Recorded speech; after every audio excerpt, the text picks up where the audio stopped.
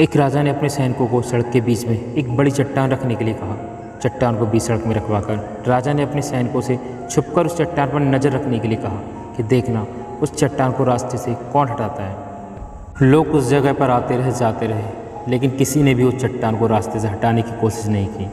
उस चट्टान के पास से लोगों के गुजरने वालों में राजा के कुछ करीबी लोग और शहर के बड़े व्यापारी भी शामिल थे। उनमें से कुछ लोग तो राजा को सोचने लगते हैं कि राजा इस चट्टान को भी रास्ते से नहीं हटवा सकता, लेकिन किसी ने उस चट्टान को रास्ते से हटाने का प्रयास नहीं किया। ऐसा काफ़ी दिनों तक चलता रहा। एक दिन एक किसान अपनी सब्जियों के साथ उधर से गुजर रहा था। उसने चट्टान को रास्ते में पड़ा देखा और सोचा कि सबको इस चट्टान की वजह से कितनी तकलीफ़ हो रही है। उसने अपनी मजबूत लाठी से उस चट्टान को एक तरफ धकेलने की कोशिश शुरू कर दी।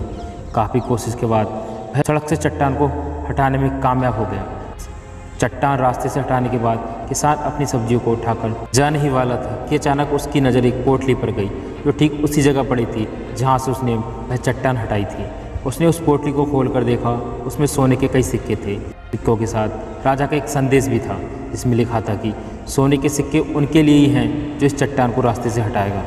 दोस्तों, बिल्कुल ठीक उसी तरह हम सबके लाइफ में कई परेशानियाँ आती हैं। कुछ लोग उन परेशानियों से बचकर निकल जाते हैं और कुछ रास्ता बदल देते हैं, और चंद लोग ठान लेते हैं उन परेशानियों का हल निकालने के लिए।